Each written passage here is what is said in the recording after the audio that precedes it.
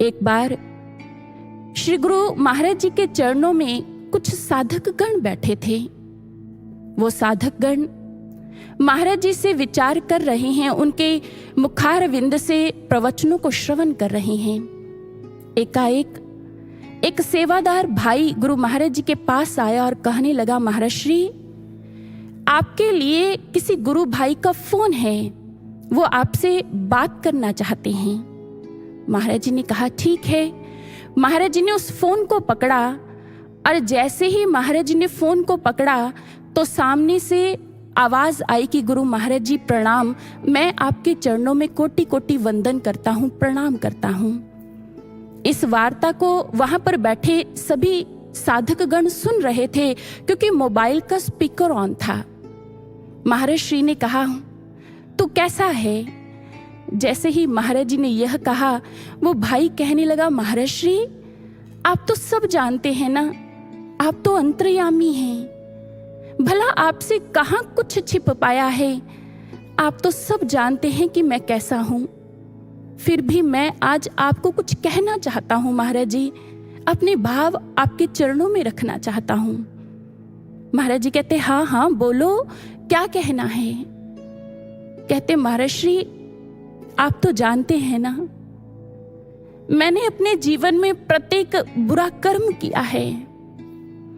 हर एक गलत स्थान पर मैं गया, मैंने अपनी जिंदगी में कोई अपराध नहीं छोड़ा था।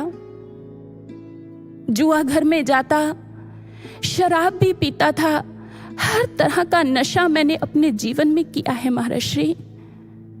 मैंने कभी अपने जीवन को सुधारने के बारे में सोचा ही नहीं, कभी विचार ही नहीं किया। लेकिन एक दिन फिर आप मेरे जीवन में आए और आपने संकल्प लिया मुझे सुधारने का, मुझ पर अपनी करुणा लुटाने का। महाराज जी कहते, अच्छा तो फिर क्या हुआ? कहते, महाराज जी, जब आपने संकल्प ले लिया, आप संकल्पित हो गए, तो आप मेरे हर उस स्थान पर आ गए जहां मेरा वास था गुरुदेव। मैं शराब की बोतल को जैसे ही खोलता था तो मुझे शराब की बोतल में आप नजर आते थे, आपका दर्शन होता था। और जब मैं उस शराब को गिलास में डालने का प्रयास करता तो आप गिलास में आ जाते थे महाराज जी। आप मुझे हर उस जगह पर दिखे महाराज जी, आपका मुझे दर्शन हुआ जहां जहां मैं बुराई करता था, बुरे कृत्य करता था, और आपकी करुणा ने मुझे कोई बुरा कर्म नहीं करने दिया, मुझे हर बुरे कर्म से बचा लिया, मुझे सुधार दिया।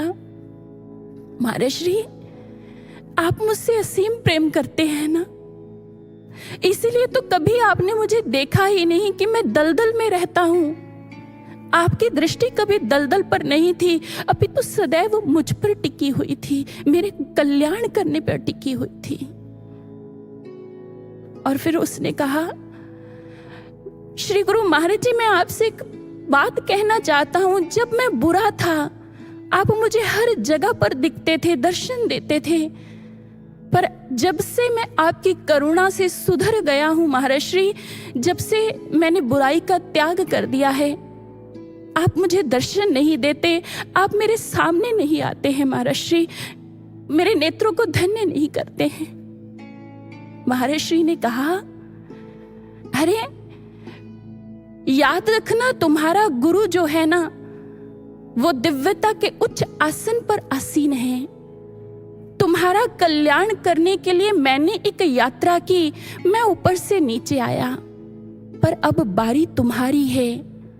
तुम्हें एक सफर तय करना होगा, नीचे से ऊपर की ओर, यानी मुझ तक पहुंचना होगा। ठीक है, आशीर्वाद। जैसे ही महाराज जी ने यह कहा तो वो भाई भी अपने नेत्रों से अश्रु